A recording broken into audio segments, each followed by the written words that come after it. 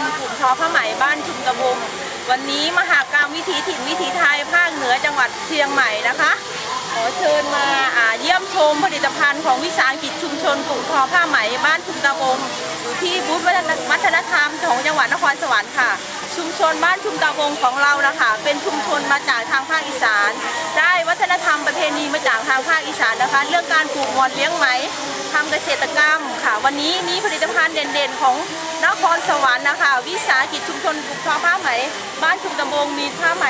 หลากสีหลายลายผ้าทอมือนะคะที่ได้มาตรฐานแล้วก็มีความงาม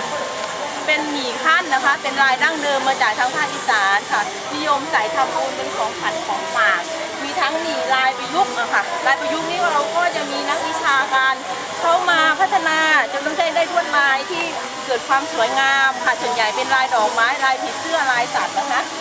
แล้วก็จะมีหมี่ลายขั้นที่เป็นหมี่ดั้งเดิมแบบโบราณของเราค่ะจะใช้ดีจะวิธีการทอค่ะก็จะเพื่อให้เกิดความสวยงามยิ่งขึ้นก็จะปั่นควบแล้วค่อยทอนะคะจะเกิดความสวยงามในเนื้อผ้านะคะแล้วก็จะมีผ้าสโลงก็จะเป็นแบบดั้งเดิมของคนภาคอีสานเลยค่ะแล้วก็จะมีสีสันงดงามแล้วก็ปั่นทอแล้วก็ชุมชนค่ะเป็นของดีบ้านฉันวันนี้นครสวรรค์ยังได้พัฒนาการทอผ้าแบบพื้นเมืองดั้งเดิมที่เกิดราคาถูกใช้ง่ายเป็นผ้าทอมือค่ะอย่างนี้นะคะเป็นผ้าพันคอที่ชุมชนคนอีสานนะคะทอเยอะมากที่สุดที่ชุมตะวงค่ะแถบนั้นก็จะเป็นคนอีสานย้ายเข้ามาอยู่ค่ะแล้วก็จะมีผ้าขม้า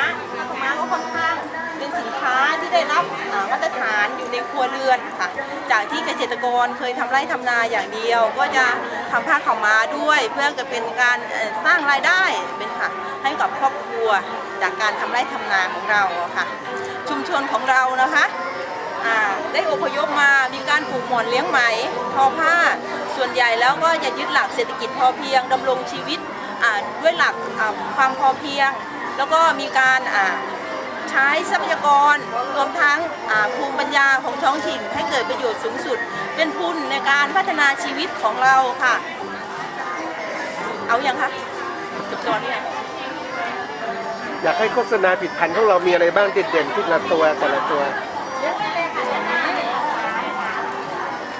ค่ะอันนี้ยังไม่ไปเครื่องสำอางใช่ไหมคะยังทางนี้นะคะกรมหม่อนไหมเข้ามาพัฒนาแล้วก็ให้มาตรฐานผลิตภัณฑ์ผ้าทอค่ะก็จะมีผ้าขีดผ้ายกแบบนี้ค่ะที่เราได้รางวัลมาตรฐานแล้วก็ยกโชว์เลยเป็นผ้าขีดแบบนี้ก็จะเป็นแบบสีผ้าอะไรนั้นเนี่ยผ้าขีดยกสีธรรมชาติค่ะตัวนี้จะเป็นทอมือเป็นไหมค่ะเป็นไหมเส้นสาวมือแท้เป็นไหม100%เลยค่ะ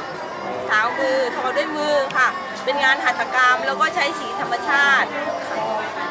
ทุกอย่างนี้อนุรักษ์แล้วก็เป็นมิตรกับสิ่งแวดล้อมด้วยค่ะนี่เป็นผ้ายกนะคะนี่ทอสีสกอร์จะให้ทั้งลายขัดแล้วก็ขึ้นลายขีดด้วยมีพันตัวอื่นมีไหมที่เด่นได้ผ้าทอ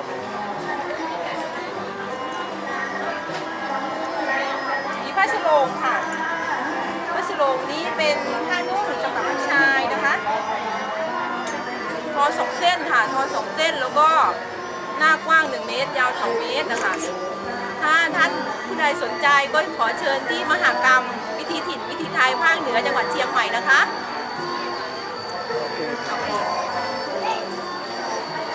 ผลิตภัณฑ์พวกเราเป็นไงนะครับมีความหลากหลายมากไหมผลิตภัณฑ์ตอนนี้ยังไม่มีแปรรูปค่ะจะมีความโดดเด่นในการเป็นใช้งานแบบผ้าทออยู่ค่ะผ้าทออยู่ใช่ไหมผ้าทอมืออยู่ค่ะก็จะมีความโดดเด่นในเรื่องการฝีมือทอมือค่ะทอมือทอหยีกระจุกแล้วก็อนุรักษ์แล้วเดี๋ยวนี้ก็มาพัฒนาเป็นสีธรรมชาติอย่างนี้ค่ะอย่างนี้เป็นสีธรรมชาติจากแก่นขนุนค่ะอย่างนี้ค่ะแก่นขนุนเราเอาสีมาเองเลยใช่ไหมครับเป็นสีอย่างนี้ค่ะสีธรรมชาติอันนี้แก่นสะเดาซึ่งเป็นวัตถุดิบที่มีอยู่ในชุมชนอันนี้เป็นพื้นฐานเป็นทุนทางทรัพยากรนะคะก็จะมีทุนคื คือใช้ภูมิปัญญาในท้องถิ่น แล้วก็ทรัพยากรในท้องถิ่นนะคะก็จะเป็นทุนในการทำผลิตภัณฑ์นะคะทั้งนี้ก็เพื่อให้เกิดประโยชน์สูงสุดทางเราก็อนุรักษ์รักษาสิ่งแวดล้อมด้วยมีป่าครอบครัวด้วยนะคะไปเที่ยวที่ฟาร์มได้ อันนี้โปรดักต์แล้วผลิตภัณฑ์ราคาเป็นครับราคาขายเป็นไงบ้างอย่างเงี้ยคือมันสวยราคานี่เป็นยังไง อันนี้เป็นผ้ายกเป็นสีธรรมชาตินะคะ ราคาผืนละประมาณ กันขนุนพื้นนี้ 3,500 บาท เป็นผ้าไหมใช้เป็นผ้าคลุมไหล่ตกแต่งตัดฟุตได้อย่างเงี้ยค่ะถ้าเป็นเส้นหมี่แบบนี้เส้นหมี่แบบนี้ก็จะเป็นทอมือค่ะ เป็นลายโบราณเหมาะจะเป็นผ้าสิ้นตัดถุงสำเร็จ อันนี้เป็นของขวัญของฝากได้ราคาอยู่ที่ถุงละ 2,500 บาท ราคาเราอันนี้เวลาเราวางขายที่ไหนครับ วางขายในชุมชนออกบูธขายเองขายออนไลน์ทั่วประเทศ มีออนไลน์ด้วยเหรอ ใช่ค่ะทำตลาดออนไลน์ด้วย อ๋อออนไลน์ด้วย ใช่ค่ะ ทำมานานหรือยังออนไลน์เนี่ย ออนไลน์นี้ทำได้ 4-5 ปี แต่ว่าออกบูธขายเองมี10 กว่าปีแล้วค่ะ แล้วก็ ย้อนนิดนึงว่าการกำหนดราคาขายผลิตภัณฑ์ของเราเนี่ยมันกำหนดราคายังไงบ้างมันต้ ชุ น มชนกำหนดราคาเองค่ะ กำหนดราคาเอง ใช่ค่ะ มันอยู่ที่ต้นทุนการผลิตด้วย แล้วระบบกำไรกี่เปอร์เซ็นต์เนี่ย เวลาอยู่ที่ 4% กำไร 44 40 ค่ะ 40%ต้องบวกไปใช่ไหม ค่ะต้องบวกไป มีการคิดต้นทุนด้วยอะไร เป็น ด้วย การคิดต้นทุนค่ะ ถ้าการทำตลาดกำไรอยู่ที่ 40% อ๋อวางไว้เลยใช่ไหมเป็นเกณฑ์ ค่าวางไว้เยอะนะที่ข้อมูลของชุมชนเราเองค่ะ ก็จะมีการแบ่งผลกำไรอยู่ที่15%นะคะในการออกบูธนะคะ10%เนี่ยการเป็นทุนบริหารนะคะของกำไรอีก3%นะคะหรือถึง 5% เป็นการปลูกป่าเพื่อสาธารณประโยชน์แล้วก็อนุรักษ์สิ่งแวดล้อมด้วยอย่างเงี้ย เงิน ค่ะ คืนให้กับชุมชนใช่ไหม คืนผลกำไรให้สาธารณประโยชน์แก่ชุมชนด้วย อย่างเช่น งานปลูกป่างานสำคัญวันหยุดนักขัตฤกษ์ปลูกป่าหรือว่าช่วยเหลือโครงการอาหารเด็กเนื่องในวันเด็กวันสำคัญในชุมชนของเราอย่างเช่นวันเข้าพรรษาวันเด็กอย่างเงี้ยค่ะ ขอบคุณครับอันนี้หลังจากกำหนดราคาขายแล้วช่องทางตลาดเราขายเองเนี่ยทีนี้เรามีการโฆษณาอย่างไรบ้างครับ โฆษณาเหรอคะ ในโฆษณาขายสินค้าเราเนี่ย โฆษณาส่วนใหญ่เราออกบูธเองเลยค่ะ ออกบูธเองถ้าไม่ได้ออกบูธก็โฆษณาไม่ได้สิ โฆษณาแล้วก็มีสิ่งตีพิมพ์เราทำหนังสือทำซีดีลง YouTube อะค่ะอันนี้มันค่อนข้างจะเรื่องโฆษณาประชาสัมพันธ์นี่หน่วยงานภาครัฐเข้ามาหลายหน่วยงานค่ะหลายหน่วยงานค่ะ เราทำเองบ้างไหม ฮะ เราทำเองบ้างไหม ทำเองก็ทำโบรชัวร์ทำอย่างเงี้ยค่ะ ไหนลองแนะนำที่ว่าที่โฆษณาใน YouTube ให้คนค้นชื่อว่าอะไรครับ อ๋อมีหลายมหัศจรรย์เบโดปี 2558 นะคะพิมพ์ก็ไปเลยก็จะขึ้นชุมชนของเรา ผลิตภัณฑ์ของดีสีแควร์พิมพ์คำว่าสบู่โปรตีนใหม่ก็จะขึ้นชุมชนของเราเหมือนกันค่ะมี15 นาที ที่ชุมชนพวกเราชื่ออะไรครับเนี่ย ชุมชนกลุ่มทอผ้าไหมบ้านทุมตะบงค่ะ ชุมชนในจังหวัดในจังหวัดนครสวรรค์มีที่เดียว มีที่เดียวค่ะมันจะขึ้นเลยค่ะ อยู่ใน YouTube มันจะขึ้น ถ้าเกิดว่าเรื่องเศรษฐกิจพอเพียงชั่วโมงทำกินนะคะมี 40 นาทีก็พิมพ์เข้าไปได้เลยบ้านชุมตะบงค่ะก็จะขึ้นเลย ชุมเหรออันนี้ชุมตาบง ชุมตะบงค่ะ แต่เรื่องชั่วโมงทำกินมันก็จะบอกเล่าถึงวิถีชีวิต การดำรงชีวิตตามหลักเศรษฐกิจพอเพียง การทำไร่ทำนาแล้วก็การสร้างรายได้ การทำรายได้เสริมมาสู่ครอบครัวด้วย การลดปัญหาหนี้สินด้วยตลอดการนี้เราก็ต้องให้ชุมชนเข้มแข็ง เรามีการรวมพลมีการใช้ทรัพยากรบุคคลรวมหมู่กันเพื่อให้เกิดประโยชน์สูงสุดด้วย เราก็เกิดความเข้มแข็งในชุมชนของเราด้วยอย่างเงี้ยค่ะ เรามีการในเรามีเว็บไซต์บ้างไหมครับในการที่จะ เว็บไซต์มีขายของค่ะ มีของสาธารณะ มีในโซพูดนะคะ เราไม่มีเว็บไซต์ของเราเองเลย ไม่มีเลยค่ะ เราเป็น จิมตาวง แล้วทีนี้ในการทำผ้าไหมเนี่ยณวันนี้เนี่ยนะครับมันผ้าไหมของเราเนี่ย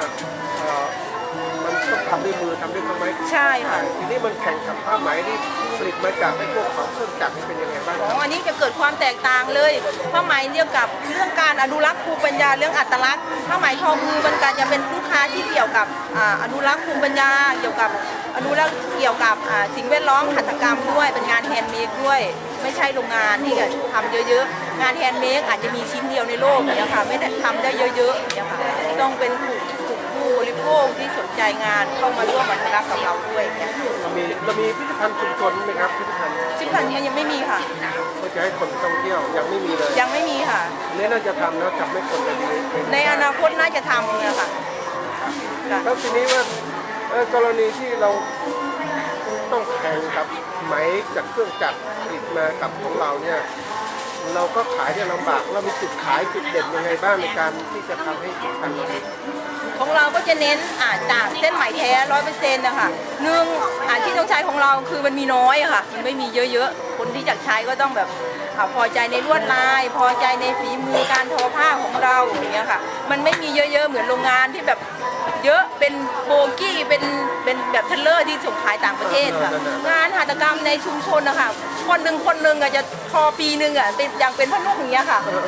มาโฆษณาตรงนี้ได้ยกตรงนี้เลยว่ามันทำยากอย่างไรเนี่ยราคาก็สมควรนะ อย่างเช่นผ้าทอเป็นผ้ามัดหมี่แบบนี้ค่ะ อันนี้อย่างเงี้ย มันคนหนึ่งจะไม่ถึง 20 ผืนต่อ1 ปีค่ะ งานมันอยู่ที่ปลูกหมอนเลี้ยงไหมมัดหมี่ฟอกย้อม แล้วก็ค่อยเอามาทอคนหนึ่งจะไม่ได้ 20 ถุงค่ะต่อ1 ปีนะคะ 1 ปีได้ไม่ถึง 20 ไม่ถึง 20 ถุงค่ะต่อหนึ่งคนนะคะ ถุงอย่างนี้ประมาณ 2-3,000 กว่าบาท 2,000 ค่ะ 2,000 กว่าบาท ค่ะแต่ว่าปีหนึ่งจะไม่ได้ 20 ถุงนะคะ คนหนึ่งอะค่ะคนเก่งๆถึงจะได้ค่ะ แล้วอย่างนี้ถามว่าคนที่มาทนทออย่างนี้ไม่ได้ทออย่างเดียวนะคะ เราต้องเลี้ยงไหมด้วยค่ะ ในที่นี้ในชีวิตประจำวันของเรานี่ต้องไปนาค่ะทำนาทำไร่เย็นๆก็เก็บใบหม่อนมาเลี้ยงไหม ทุกวันนี้ก็มีการพัฒนามากขึ้นก็จะมีโรงเลี้ยงไหม เลี้ยงแบบใช้เองในครัวเรือนก็จะเลี้ยงให้มันเยอะมากขึ้น เลี้ยงเป็นตอนๆค่ะเลี้ยงเป็นแบบเลี้ยงเป็นช่วงๆค่ะแบบใช่ค่ะแบบที่กรมหม่อนไหมเข้ามาส่งเสริมก็จะเลี้ยงเป็นแผ่นนะคะทีละแผ่น2 แผ่นก็จะได้รังไหมทีละประมาณแผ่นละประมาณ10 กว่ากิโลค่ะ ถ้าเกิดว่าแผ่น2 แผ่นจะได้20 กว่ากิโลก็จะมาสาวใบทอ ผืนอย่างนี้ได้ใช้ไหมกี่กิโลครับเนี่ย ไหม1 กิโลค่ะไหมถึง1 กิโลจะได้ผ้าหนึ่ง ประ จะ มาณ ได้ ได้1 ผืน 4 ผืนค่ะ 1 กิโลได้4 ผืน ถ้า7 ลังสาวเนี่ยค่ะ เจ็ดอย่างนี้ใช่ไหมกว่าจะได้เนี่ยเป็นไงบ้างครับให้เห็นความาก อยย่างนี้ ลำบาก ค่ะลังไหมที่เราเลี้ยงมาอย่างนี้ค่ะ7 กิโลลังไหมจะได้เส้นไหม1 กิโลค่ะ 7 กิโลของลังไหมเนี่ย กิโลของลังไหมค่ะ ได้เส้นไหม1 กิโล ได้เส้นไหม1 กิโลค่ะ และเส้นไหม1 กิโลทอผ้าได้ 4 ผืนค่ะ 4 ผืน ใช่ 4 ผืนนี่ใช้เวลาทอประมาณกี่วันครับเนี่ย พอไม่นานมันช่วงเวลากระบวนการนะคะจะนาน กระบวนการ คือตั้งแต่ค้นมีเตรียมเส้นยืน เตรียมเส้นพุ่งอะค่ะจะทำยาก เส้นพุ่งมันจะมีการค้นหมี่แล้วก็มัดย้อมอย่างเช่นผืนนี้ค่ะ เราต้องมัดสีเหลืองก่อน มัดสีเหลืองแล้วก็เอาไปย้อมสีแดง ย้อมสีแดงก็มีมาขั้นตอนที่ 2เรียกว่าโอบไหมโอบสีแดง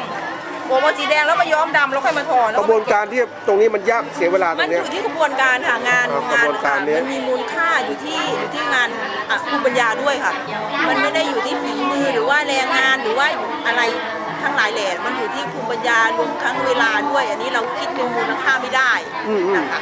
งานก็เลยค่อนข้างจะออกมาเป็นรูปแบบนี้ค่ะของ อันนี้เวลาพวกนี้จะบวกไปต้นทุนยังไงบ้างเนี่ย ฮะ จะบวกต้นทุนยังไงบ้างเนี่ยมันยาก ก็ อย่าง บ เงี้ วย กต้นทุนก็บวกไปเลยถ้ามาอย่างนี้ก็โลละ 2,000 เรา2,000 ค่ะไปอย่างนี้ได้4 กิโล 4 กิโลก็จะได้เนี่ย1 กิโลได้4 ผืน 4 ผืนอย่างเงี้ยค่ะก็บวกไปต้นทุน500ใช่ไหมคะค่าเส้นไหมคิดออกยังคะออกยังคะ ออกแล้ว อันนี้คือ 2,000 บาทนะคะ 2,000 บาท แล้วก็1กิโลกรัมจะได้20 ผืนต้นทุนไหมดิบก็จะอยู่ที่500 บาทไปจ้างค่ามัดค่ะ ค่ามัด500 บาท ค่าทอ500 บาท ค่าสีค่ะ ค่าสีอยู่ที่ประมาณทีละ100ค่ะค่าจ้างมัดค่าย้อมเนี่ย150 บาทคิดนะคะเป็นราคาคิด แล้วก็ทีนี้ทอก็ผืนละ500แล้วก็มาบวกเวลามาตลาดนะคะมาตลาด 40% นะคะบวกไว้ค่ะก็จะอยู่ที่ประมาณ 2,500 บาท นั่นก็คุ้มค่าที่ว่าราคาขายก็ไม่แพงเพราะความยากลำบากนี่นะ ค่ามันอยู่ที่กระบวนการเลี้ยงไหมด้วย ทีนี้ปัญหาอุปสรรคเนี่ยนะในการผลิตเส้นไหมอย่างเนี้ยนะครับแรงงานคนเป็นไงบ้างครับคนหายากไหมตอนนี้ คนก็หายากด้วยผู้เฒ่าผู้แก่ก็มีน้อยลงไปที่มีภูมิปัญญาเกี่ยวกับดั้งเดิมในท้องถิ่นนะคะก็น้อยลงไป แล้วทีนี้เราก็พยายามอนุรักษ์ภูมิปัญญารวมกันให้สินค้าหัตถกรรมแบบนี้ได้คงอยู่ เพราะว่ามีการบันทึกภูมิปัญญาเก็บไว้เป็นมีค่ะมีทำเล่มทำซีดีทำเก็บไว้ค่ะมีการส่งเสริมไว้มีหลายแนวทางที่ทำไว้แจกจ่ายสอนให้เด็กในโรงเรียนอย่างเงี้ยค่ะถ่ายทอดรุ่นใหม่ถ่ายทอดอยู่เป็นประจำเนี่ยค่ะเพื่อให้คนมีคนรุ่นใหม่ๆมารับผิดชอบงานต่อจากเรามากเลยครับก็จะในครอบครัวของส่วนใหญ่ก็เป็นลูกหลานเองในครอบครัวส่วนใหญ่งานแบบนี้ค่ะก็จะส่งทอดเป็นรุ่นสู่รุ่นค่ะเป็นงานในชีวิตในครัวเรือนกี่รุ่นแล้วครับเนี่ยโอ้อันนี้เล่าไม่ได้ค่ะมาจากที่เราย้ายมาอยู่ตรงเนี้ยก็2 รุ่นค่ะย้ายมาอยู่ใน2 รุ่นแล้วใช่ไหม2 รุ่นแต่จากอีสานมาตั้งแต่ปู่ย่าตายายงานแบบนี้ค่ะเข้าไปเรียนรู้เลยมันก็ค่อนข้างลำบากนะคะเพราะว่ามันอยู่ในชีวิตค่ะต้องเข้าไปอยู่แบบเห็นคุณยายเลี้ยงไหมผูกหมอนเราต้องอยู่ที่นั่นด้วยเห็นคุณยายสาวไหมเราก็ต้องอยู่ที่นั่นด้วยเพื่อจะได้ทำได้ต้องหัดทอผ้าด้วยหัดทอผ้าต้องค้นไหมยังไงทำเส้นยืนยังไงอะไรอย่างเงี้ยค่ะมันจะยากตรงนี้ปัญหาอื่นพวกคุณมีปัญหาบ้างไหมครับแบบนี้ทุนก็เราไม่เติบโตจะเป็นถึงขั้นโรงงานบริษัทนี่คะเรายังเป็นวิสาหกิจชุมชนอยู่เราก็ต้องยึดหลักเศรษฐกิจพอเพียงอยู่ก็ยังคงไม่ต้องไปกู้หนี้ยืมสินอะไรตอนนี้ก็ยังไม่มีค่ะ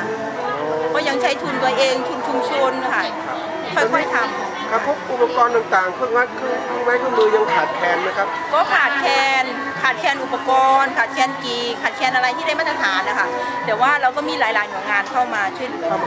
ใช่ค่ะก็มีหลายๆหน่วยงานเช่นงานทอผ้างานใหม่ก็จะเป็นของกรมหม่โดยตรงเนี่ยค่ะส่วนใหญ่ต้องสายภาครัฐมาช่วยเราใช่ไหมภาครัฐเข้ามาช่วยเข้ามาส่งเสริมเข้ามาแบบเป็นกลุ่มในชุมชนอย่างเงี้ยค่ะเข้ามาในเรื่องการจัดการกลุ่มของเราวิสาหกิจชุมชนเราจัดการยังไงบ้างครับมีการประชุมกันยังไงมีสมาชิกกี่คนเราก็จะมีรัฐมนตรีใช้ในกลุ่มเรามีเรียกอะไรนะคณะกรรมการไม่ใช่ค่ะที่เราใช้ในกลุ่มที่เป็นข้อตกลงเราล่ะกฎระเบียบของกลุ่มอะค่ะเขาเรียกว่ารัฐธรรมนูญของเราเองอะค่ะรัฐธรรมนูญของเราเองใช่เราบันทึกร่างไว้ก็จะมีกิจกรรมร่วมกันนะคะทั้งปีเลยค่ะทั้งปีเลยมีกิจกรรมร่วมกันแล้วก็มีการประชุมพบปะกันทุกเดือนนะคะทุกเดือนต้องมาพบปะกันนะประชุมใหญ่3 เดือน1 ครั้งนะคะถ้าไม่มาประชุมใหญ่แปลว่าไม่เป็นสมาชิกนะคะต้องถูกตัดออกไปสมาชิกเราเยอะไหมครับตอนนี้สมาชิกมีทั้งหมด24 คนค่ะเราตั้งมาปีไหนแล้วตั้งมาตั้งแต่ปีพ.ศ. 2547ค่ะ47ได้10 กว่าปีแล้วเนาะ10 กว่าปีแล้ว10 กว่าปีแล้วใช่ค่ะใช่ค่ะแล้วกลุ่มยังไปได้อยู่ไหมวิสาหกิจแบบนี้อันนี้เนาะชุมชนชุมตะบงนะคะแต่ก่อนปลูกหม่อนเลี้ยงไหมทอผ้าอย่างเดียวมันก็จะเดินยากนะคะเศรษฐกิจนะคะผ้าทอนี่ไม่ใช่ว่าจะขายได้ง่ายๆขายได้ทั้งปีนะคะไม่ได้ขายได้ทุกวันนะคะผ้าทอนี่จะขายได้เฉพาะงานเทศกาลสงกรานต์ปีใหม่ของขวัญของฝากจะขายดีเฉพาะปีใหม่กับสงกรานต์ค่ะที่ทำมาหลายๆปีค่ะปกติก็มาขายพอได้กินได้ใช้ขายแบบไม่ถึงกับว่าตั้งเนื้อตั้งตัวได้เราขายอินเทอร์เน็ตยังเนี่ยวันนี้ขายอินเทอร์เน็ตแล้วค่ะแต่ว่าชุมชนเนี้ยมีการพัฒนาจากผ้าทอไปเป็นโปรตีนใหม่นะคะเดี๋ยวท่านจะได้เห็นในช่วงที่2ค่ะโปรตีนใหม่ครับทีนี้ว่าอยากจะรู้เรื่องระบบบริหารเนี่ยเป็นการบริหารวิสาหกิจชุมชนเป็นเรื่องสำคัญนะครับเราทำไงให้อยู่ได้มีการรัฐธรรมนูญเราร่างเองใช่ไหมใช่ค่ะร่างเองแล้วก็คุยกันมีการตกลงกันเข้าใจกันมีการออมทุนนะคะออมทุนคนละ100 บาทไว้เป็นทุนใครไม่มีทุนก็มายืมได้อย่างเงี้ยค่ะจะพอหรือไม่กี่คนไม่พอเรามีทุนอยู่นะชุมชนเรามีทุนเรามีการปันไว้ในนั้นด้วยปันไว้ 3% ด้วยไว้เป็นทุนเราคิดเก็บไว้จากพันใช่ค่ะเราค่อยๆโตนะ10 กว่าปีมานี่เราค่อนข้างจะเข้มแข็งค่ะแต่ก่อนชุมชนเนี้ยเวลายายเอามาสมมติว่ายายเอาของมาส่งใช่ไหมคะถ้าคนพอ20 ผืนผ้ากำมะ10 ผืนยายก็ต้องลงบัญชีไว้ก่อนนะยายมีต้องลงบัญชีไว้ก่อนยายมาเอามา20 ผืนผ้ากำมะ20 ผืนยายมาก็ต้องลงไว้นะคะยายเสิร์ชเอาสิ้นมา5 ผืน คืนยายเสือก็ต้องลงสิ้นไว้ค่ะลงบัญชีไว้แล้วมาออกบูธมีการจำหน่ายมีการออกบูธเนี่ยค่ะค่อยมาหักว่าผ้าจำหน่ายหรือยังถ้าจำหน่ายแล้วก็หักไปเลยแล้วก็จะหักผลกำไร 15% เข้ากลุ่มเพื่อไว้เป็นทุนบริหารใช่ไหมคะใช่มันจะเป็นอยู่ในรูปแบบนั้นเรามีการประชุมพัฒนาสมาชิกของเราอันนั้นอยู่ทั้งปีอยู่ด้วยกันทั้งปีเลยค่ะพบปะกันอยู่อย่างนั้นทั้งปีมันเพราะว่ามันปลูกหม่อนเลี้ยงไหมค่ะมันอยู่ด้วยกันค่ะแล้วว่าเลี้ยงไหมเนี่ยใบหม่อนบ้านนี้ไม่พอก็ต้องมาเก็บใบหม่อนบ้านนี้ค่ะมันเป็นเกื้อกูลกันอยู่ในชุมชนอยู่แล้วอันนี้ไม่ต้องมันไม่มีพิธีรีตองเยอะนี่ค่ะมันเป็นการเกื้อกูลกันในชุมชนพบปะกันเราเป็นชุมชนเดียวกันเราก็อาศัยพึ่งพาอาศัยกันอยู่แบบพี่แบบน้องเนี่ยค่ะปัญหาอุปสรรคของการบริหารงานชุมชนเราวิสาหกิจชุมชนมีมากไหมอุปสรรคก็จะขาดแคลนคนทำเนี่ยค่ะคนทำน้อยคนทำอายุขาดคนสืบทอดเนี่ยเราก็เลยพยายามให้คนมาสืบทอดเรียนรู้กับเราเยอะๆการตลาดแล้วครับการตลาดแต่ก่อนก็มีอุปสรรคเนาะเดี๋ยวนี้ก็ไม่ละหน่วยงานภาครัฐเยอะค่ะก็ไม่มีใช่ไหมค่ะมันก็ออกตลาดทั้งปีทุกตำบลได้ทำตลาดทั้งปีกับทุกๆหน่วยงานเลยค่ะกับเกษตรกับกรมมันไม้กับพช.กับวัฒนธรรมเนี่ยค่ะทั้งปีเลยกับพาณิชย์กับอุตสาหกรรมทั้งปีเลยค่ะนั้นผมอยากจะเห็นว่าจริงๆแล้วอยากให้ทำพิพิธภัณฑ์แล้วก็เชิญท่องเที่ยวด้วยนะให้คนไปหาเราที่ชุมชนนะอยากให้ทำในปีนี้เลยจะได้มีโอกาสขายขึ้นนะวันนี้ขอบคุณมากสำหรับคำแนะนำนะคะจริงๆชุมชนเรามีเป้าหมายว่าเราจะใช้พื้นที่ค่ะพื้นที่ที่ให้เกิดสาธารณประโยชน์เป็นศูนย์รวมใหญ่ของชุมชนเรามีป่าครอบครัวมีโรงเรือนใหญ่แล้วก็มีเป็นแหล่งความรู้ด้วยแล้วเก็บฐานข้อมูลไว้ในนั้นด้วยเรากำลังเริ่มทำเนี่ยงั้นเริ่มทำวันนี้ทำเลยนะอย่าช้าเพราะว่าอันนี้เป็นจุดขายเนาะครับหลังจากนี้แล้วเรามีผลิตภัณฑ์อื่นไหมครับมาโฆษณาเป็นวันดูผลิตภัณฑ์อะไรบ้างอันนี้มันก็จะขายไม่ได้อย่างต่อเนื่องทีนี้ชุมชนบ้านชุมตะปงของเราได้พัฒนาโปรตีนไหมเป็นสูตรเครื่องสำอางนะคะในช่วงครั้งที่2ท่านจะได้เห็นผลิตภัณฑ์จากเครื่องสำอางของชุมชนเรานะคะขอเชิญพบได้เลยค่ะจริงๆแล้วผลิตภัณฑ์ชุมชนของเราเนี่ยมีอะไรบ้างเราย้ายไหมคะเราต้องย้ายก็ได้เอาทีละตัวทีละตัวนะยกขึ้นนะผู้สูงค่ะสวัสดีค่ะอันนี้คือโลชั่นบำรุงโปรตีนไหมนะคะโปรตีนไหมบำรุงผิวมีสารสกัดจากโปรตีนไหมแล้วก็ขมิ้นนะคะตัวนี้จะให้ความนุ่มชุ่มชื่นผิวป้องกันผิวแห้งค่ะเป็นโปรตีนไหมเลยค่ะจะใช้ดีในเรื่องการบำรุงผิวนะคะเป็นโลชั่นค่ะแล้วทำใหม่ของคุณขวดนี้450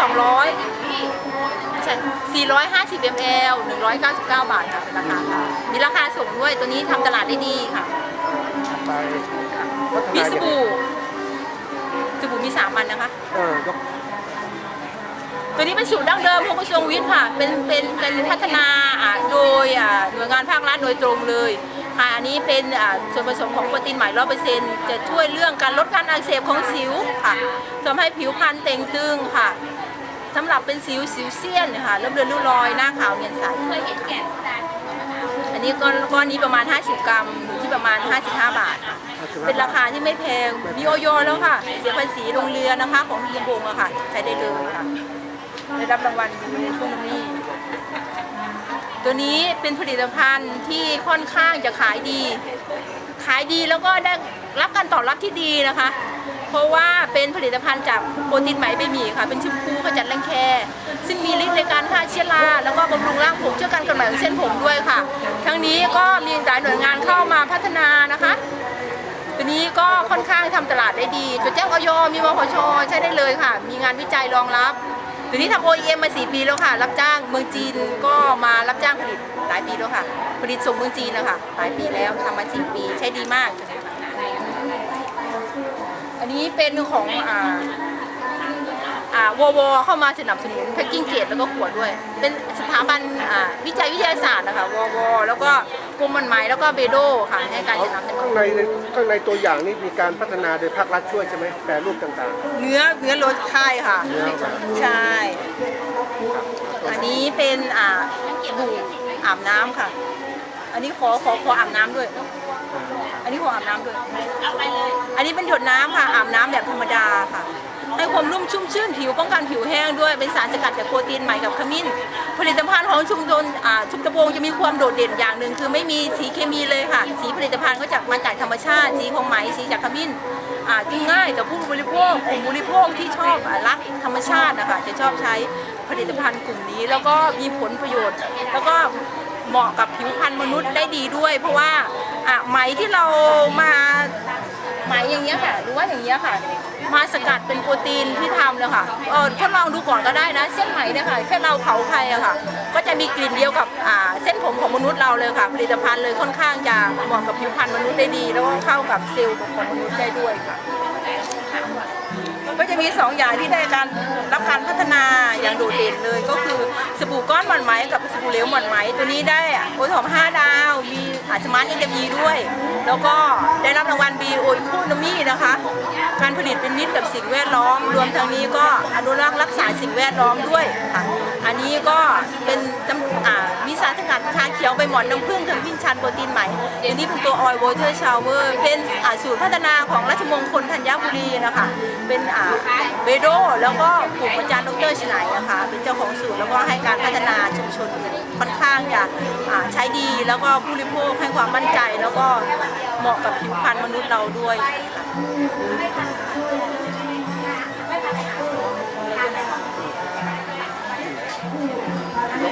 น่าจะมีขวด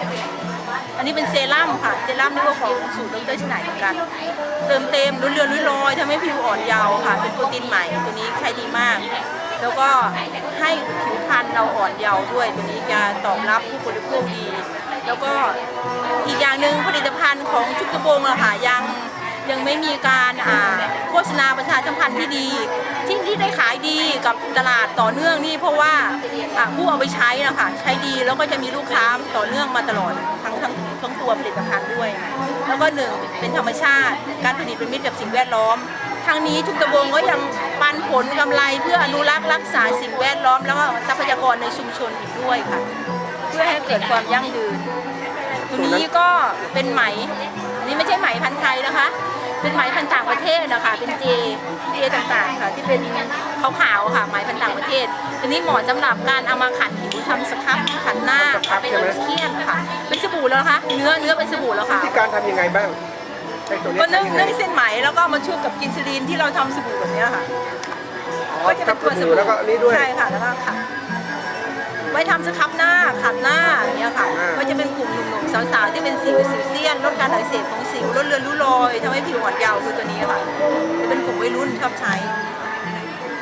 ก็มี2อย่างนะคะมีไหมพันธุ์ไทยกับไหมพันธุ์ต่างประเทศให้ลูกค้าได้เลือกใช้ตามแต่สะดวกนะคะผลิตภัณฑ์ต่างๆนี่เราพัฒนามากี่ปีแล้วเนี่ยทั้งหมดเนี่ยรวมกันทั้งหมดนี่8 ปีแล้วค่ะ8 ปีแล้วใช่ค่ะแล้วมีขายที่ไหนอย่างเนี้ยถ้าต้องไปซื้อชุมชนหรือต้องออกงานที่ชุมชนก็มีร้านจำหน่ายเลยที่บ้านเลขที่43หมู่8บ้านชุมตะบงค่ะมีร้านจำหน่ายเลยค่ะแล้วก็มีขายที่ตามตลาดประชารัฐร้านของฝากตามนครสวรรค์เช่นร้านแม่สจีอะค่ะเขามีวางขายถ้าเป็นกรุงเทพมีขายประจำที่ศูนย์ราชการอาคารบีแจ้งวัฒนะค่ะก็มีขายได้เลยไปซื้อได้เลยที่ร้านฟ้าใสเกลเวอรี่ค่ะก็จะเป็นที่จำหน่ายในกรุงเทพมีใน Facebook ของเรามีบ้างไหมมี Facebook มี LINE แล้วก็มีใน Google นะคะใน Facebook จะมีผลิตภัณฑ์ทุกตัวป่ะเนี่ยมีผลิตภัณฑ์ทุกตัวค่ะราคาก็เป็นแบบนี้ค่ะ Facebook โฆษณาที่ Facebook เราชื่ออะไรอ่ะชื่อตัวเองค่ะชื่อชนิดาค่ะแต่ว่าถ้าขายเป็นสาธารณะเป็นเว็บไซต์นะคะอยู่เข้าไปในโซกูดแล้วก็พิมพ์คำว่าวิสาหกิจชุมชนกลุ่มทอผ้าไหมบ้านชุมตะบงอะค่ะก็จะขึ้นผลิตภัณฑ์ต่างๆกลุ่มทอผ้าไหมใช่ก็จะขึ้นร้านเราค่ะแล้วก็ชุมตาบงค่ะต้องเข้าไปในโซกูดwww.sogood/com ก่อนแล้วค่อยพิมพ์คำว่าวิสาหกิจชุมชนกลุ่มทอผ้าไหมบ้านชุมตะบงค่ะก็จะขึ้นร้านเราทีนี้ก็มีผลิตภัณฑ์ต่างๆก็จะบ่งบอกราคาส่งราคาขายแล้วก็วิธีการโอนเงินแล้วก็วิธีการส่งของแก่ลูกค้าด้วย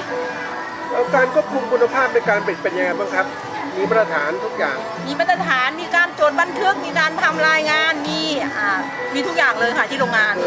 มาตรฐานของผลิตภัณฑ์มาตรฐานสุ่มตรวจส่งตรวจโรงงานค่ะโดยสาธารณสุขจังหวัดนครสวรรค์เป็นคนดูแลอยู่แล้วก็ศูนย์วิทยาศาสตร์นครสวรรค์นะคะดูแลอยู่ค่ะอย่ารับรองว่ามันหลังจากนี้จะมีผลิตภัณฑ์อื่นไหมครับที่เราจะทำการประชาสัมพันธ์ต่างๆมีสบู่บ้างไหมสบู่เส้นไหนสบู่ตัวไหนคะ เส้นไหมมีบ้างไหม ไม่มีค่ะ มีแต่สบู่โปรตีนไหมเลยสบู่เส้นไหมไม่ดี ไม่มียาที่ฟันอ่ะ ผลิตภัณฑ์ไม่มี มีป่ะ ไม่มีค่ะ มีแต่ชุมชนมีมีวัตถุดิบค่ะ อันใหม่ที่จะออกมาก็จะเป็นเป็นรังไหมขัดผิวค่ะ ทางไหมกัดผิวเนาะ รังไหมขัดผิวมากับสบู่ค่ะโปรดักต์ยังไม่ออกมาอยู่ในช่วงทำแพ็กเกจจิ้งอยู่เนี่ยค่ะส่วนโปรดักต์ที่แตกลายก็จะเป็นผลิตภัณฑ์จากเมอร์บูรี่ค่ะด้วยว่ามีแปลงหมอนมีวัตถุดิบค่ะ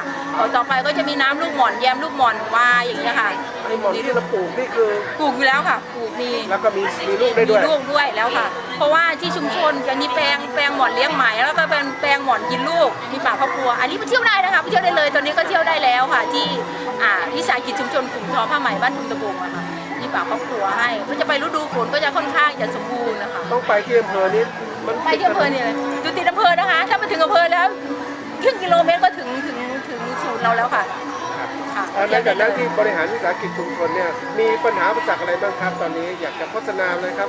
ฝากท่านผู้ชมอะไรบ้าง หน่วยงานภาครัฐก็เข้ามาช่วยอยู่แล้วเรื่องปัญหาอุปสรรคเรื่องคนนะคะ แล้วก็ให้ความเข้าใจกันผ่อนผันสั้นยาวกันในชุมชนนะคะส่วนใหญ่เราก็จะอยู่กันแบบพี่แบบน้องค่ะ มันก็ค่อนข้างง่ายด้วยการบริหารจัดการนะคะเรื่องเงินเรื่องทองเราเข้ามาก่อนเนาะชุมชนไหนก็เรื่องเงินเรื่องทองมาก่อน แล้วก็จัดการไปแบบแต่ก่อนไม่มีเงินอย่างเงี้ยค่ะก็ต้องมาเอาเงินทุนจากชุมชนก่อนอย่างเช่นไม่มีเงินไม่มีทุนก็มาเอาทุนก่อนอย่างเงี้ยค่ะแต่ทุกวันนี้เราก็กำลังจะค่อยๆขับเคลื่อนตัวเองแล้วก็เดินไปเรื่อยๆค่ะยังไม่ถึงขั้นเป็นโรงงานหรือว่าเป็นอุตสาหกรรมขนาดใหญ่ เพราะว่าเรายังคงไว้ซึ่งความพอเพียงแล้วก็ความมั่นคงด้วยมันคือภูมิคุ้มกันที่ดีนะคะเกี่ยวกับการทำธุรกิจนะคะแล้วก็ถ้าเกิดว่าเราจะเติบโตได้เราก็ค่อยๆโตไปเรื่อยๆอย่างเงี้ยค่ะ แล้วมีอะไรจะฝากท่านผู้ชมไหมครับอยากให้ยังไงบ้างครับ นี่ออกอากาศวันนี้ใช่ไหมคะ ครับทางซ้ายแล้ว ก็วันนี้นะคะขอเชิญชวนมาเที่ยวงานมหกรรมวัฒนธรรมวิถีถิ่นวิถีไทยภาคเหนือเชียงใหม่ค่ะจัดที่หอศิลป์วัฒนธรรมเชียงใหม่นะคะขอเชิญทุกท่านมาพบกับ 16 จังหวัดของดีภาคเหนือของดีบ้านฉันด้วยพบกับวิสาหกิจชุมชนบ้านถุงตะบงได้เลยค่ะ แล้วถ้าหมดงานนี้ไปเจอที่ไหนบ้างเนี่ย จนจากงานนี้ไปเจอกันที่สยามวันวานที่ศูนย์ราชการอาคารดีแจ้งวัฒนานะคะวันที่ 19 ถึงวันที่ 23 ค่ะที่แจ้งวัฒนาค่ะ แล้วลานาเอ็กโปมาไหม อนาเอฟโฟนี่ต้องรอการตอบรับอยู่นะคะ แต่ไงก็ตามอยากให้โฆษณาบ้านเราอีกครั้งหนึ่ง รถไฟท่านก็ไปเที่ยวได้นะคะ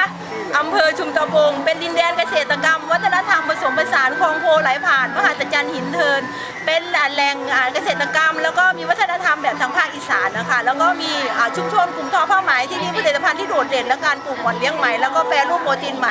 ก็ขอเชิญไปเที่ยวที่ชุมชนของเราได้เลยทั้งนี้เรามีการอนุรักษ์วัฒนธรรมประเพณีแล้วก็มีการรักษาทรัพยากรสิ่งแวดล้อมเพื่อให้เกิดประโยชน์สูงสุดในชุมชนทั้งนี้ก็ให้ความเกิดความยั่งยืนแล้วก็ให้ชุมชนมีชีวิตที่ดีขึ้นนะคะก็ขอเชิญไปเที่ยวได้นะคะยินดีต้อนรับทุกท่านค่ะ